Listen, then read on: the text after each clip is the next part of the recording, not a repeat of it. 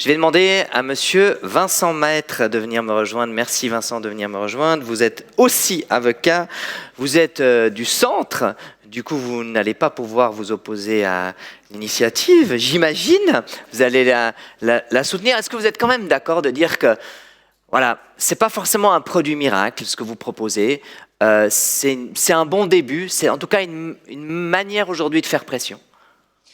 Ce qui est sûr, c'est que l'urgence est d'agir le plus rapidement possible pour soulager aujourd'hui les familles, la classe moyenne qui, de plus en plus, sont étranglées par le coût des primes qu'ils ont à supporter chaque mois. Différents chiffres ont été cités.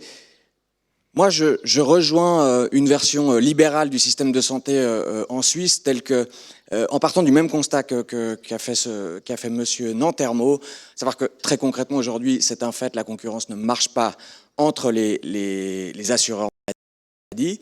Ce n'est pas une mauvaise volonté de leur part, c'est tout simplement la LAMAL qui les en empêche.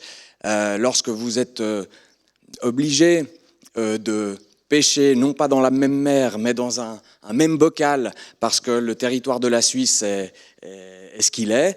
Lorsque vous êtes contraint de vendre le même produit que vos concurrents, c'est-à-dire le catalogue exhaustif de prestations remboursées, lorsque vous devez le faire au même prix que les autres, et lorsqu'en plus de ça, vous n'avez pas le droit de faire de bénéfices, eh bien, on comprend dès lors mal comment une quelconque concurrence pourrait marcher. Or, dans une économie de marché correctement régulée, la concurrence, et ce n'est pas moi qui le dis, c'est le Conseil fédéral et tous les auteurs de doctrine d'ailleurs, une concurrence saine amène évidemment à une augmentation de la qualité et à une réduction des coûts, du prix. Donc, on est assez loin de ce système-là en Suisse. Si peut-être que le Parlement serait bien inspiré une fois d'avoir le courage, et le Conseil fédéral avec lui d'avoir le courage peut-être de prendre la LAMAL, de la déchirer en deux et de repartir d'une page blanche, ça paraît peu réaliste dans notre pays et dans notre système. Ouais. Donc aujourd'hui, il faut agir, je crois, de façon intermédiaire et justement trouver des mots MAUX au remède le plus rapidement possible, même si, de mon point de vue, il ne constitue, et c'est l'initiative que nous proposons, qu'une étape, mais une étape importante parce que, de nouveau, chaque mois, de plus en plus de familles sont dans de grandes difficultés pour assumer leur prime maladie. Est-ce que vous voulez que je vous laisse encore quelques minutes pour nous convaincre? Parce que là, on était juste dans le dialogue, mais je vous laisse avec plaisir. Alors j'avais effectivement déjà commencé. C'était le plaisir des mots, MOTS, mais je vous laisse volontiers très brièvement, j'aurais probablement pas besoin de plus de 5 minutes, puisque l'essentiel a malgré tout été dit. Notre initiative, elle prévoit quoi? Tout simplement, eh bien, de prendre comme marqueur de base, eh bien, oui, l'évolution des salaires, parce que c'est finalement une question de pouvoir d'achat pour tous nos concitoyens, de pouvoir s'acquitter de ces coûts de santé. Et c'est un référentiel qui nous paraît juste parce que c'est vraiment ce qui compte à la fin du mois, c'est de savoir combien il vous reste dans le porte-monnaie une fois que vous vous êtes acquitté de votre loyer, de vos assurances maladie, un certain nombre de choses qui sont des coûts incompressibles. En ce sens-là, elle nous paraît visée juste, et elle nous paraît visée juste parce que précisément elle ne requiert pas une intervention étatiste extrême. Elle dit juste qu'à partir d'un certain niveau d'augmentation des primes en fonction, qui serait trop décorrélé de l'augmentation des salaires, alors il y a un mécanisme qu'on connaît très bien au Parlement, qui est le mécanisme du frein à l'endettement. C'est-à-dire qu'à partir de ce seuil-là, eh bien, on demanderait à tous les acteurs de la santé de se responsabiliser, de trouver des solutions. On sait qu'il y a des économies d'échelle majeures, très importantes à faire en matière de santé. Elles sont estimées entre 7,1 et 8,5 milliards de francs chaque année. Ce n'est pas rien, ça détendrait probablement un petit peu les choses. Et notre initiative se distingue en cela de l'initiative du Parti socialiste, c'est qu'elle n'implique aucune injection de fonds publics. L'initiative du Parti socialiste nous dit, à partir de 10% du salaire, eh bien, c'est l'État finalement qui intervient et qui subventionne. Résultat des courses, que ce soit par le paiement de primes ou par le paiement d'impôts, kiff bourricot, c'est toujours le citoyen qui passe à la caisse. Nous pensons au contraire que la responsabilité, elle est globale. Vous avez effectivement des gens dans les domaines de la santé qui gagnent beaucoup d'argent, qui parfois peut-être pendant un moment en ont un peu abusé, ont peut-être un peu cassé le jouet, et il convient de revenir à peut-être plus de justesse, plus de modération.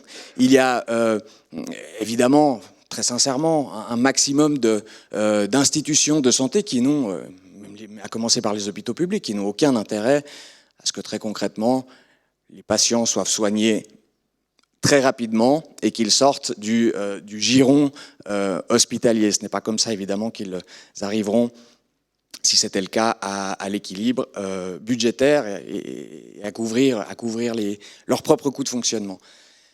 Il y a bien entendu tout le secteur des assurances aussi, qui, pour les raisons que j'expliquais tout à l'heure, ont toutes les peines du monde à pouvoir faire jouer la concurrence, à pouvoir être plus efficient. Le cadre législatif est trop rigide, est trop strict. Moi, je crois que nous devons aller vers plus de libéralisme là-dedans, tout en gardant des cautèles, parce que c'est juste aussi de dire que la santé n'est pas un produit commercial comme les autres, et que le patient et la qualité doivent rester au cœur du système. Et puis, je parlais de responsabilité collective, il y a évidemment une responsabilité des assurés eux-mêmes. Nous en faisons avec le coût de ces primes chaque année. Eh bien, les assurés eux-mêmes ont une responsabilité, puisqu'on le sait, on le voit. On a peut-être tous une tendance, lorsqu'on paye, comme à Genève, 450 francs de prime par mois, eh bien, aller chez le médecin dès qu'on a le nez qui coule.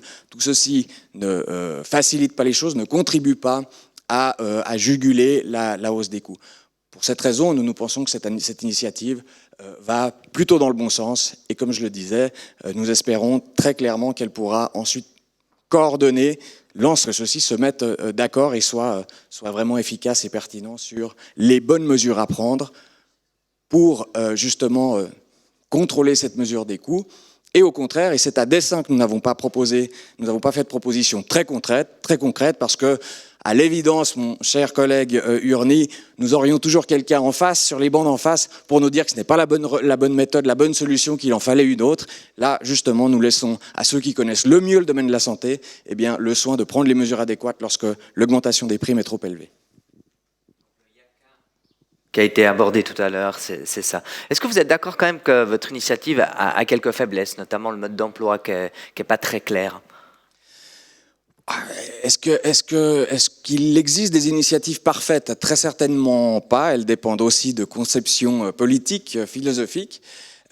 Probablement qu'elle a des faiblesses. J'aurais pas la prétention de dire qu'elle est parfaite. Maintenant, je pense justement je le répète encore une fois, qu'elle laisse une grande marge de manœuvre et d'adaptabilité aux acteurs de la santé, qui sont les premiers concernés et qui en savent évidemment bien plus que tout le monde sur notre système. Philippe Nantermo le relevait tout à l'heure.